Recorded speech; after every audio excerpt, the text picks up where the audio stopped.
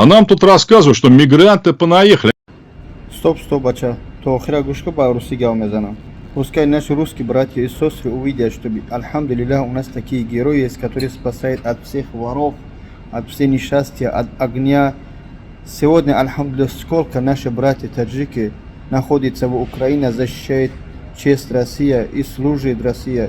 Потому что Россия для нас это вторая родина. Но к большому сожалению, такие видео, которые наши герои рискуют свою жизнь, вот отберут от всей этой воры, дети и другие. Много же есть такие видеоролики. Большое сожаление, еще раз повторяю, чтобы их не показывать на первый канал, на другие телеграммы, которые все против мигрантов. А такие видео, почему вы не распространяете? Вот этого скажите, пожалуйста.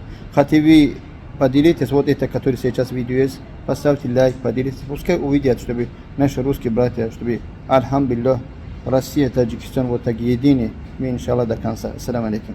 Каким образом? Границу, что ли, переползли? Их вербуют сюда?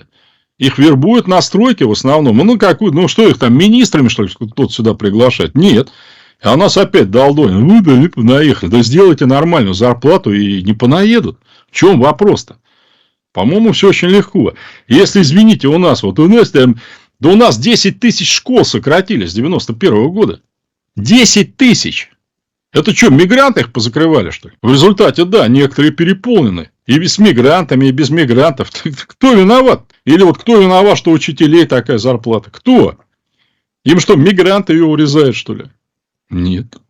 Понимаете, вот человек пишет, врач там 30 с чем-то тысяч рублей, а в Алтайском крае еще и меньше люди получают иногда. Им что, кто эту зарплату такую установил? Мигранты, что ли? И вот говоришь, вроде факты приводишь, все кивают репой и говорят, нет, вот они понаехали. Куда? Я видел, как он подошел. Потом как-то я понял, он что хочет. А потом взял руку ребенку, точнее отобрал. И потом побежал. Я за ним побежал.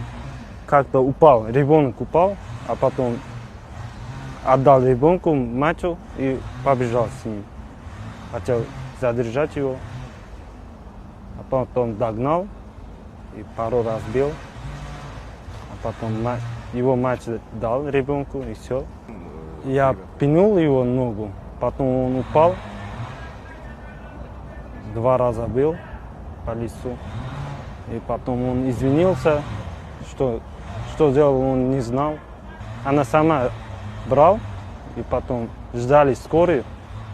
Его дочь подошел ко мне и спасибо сказала.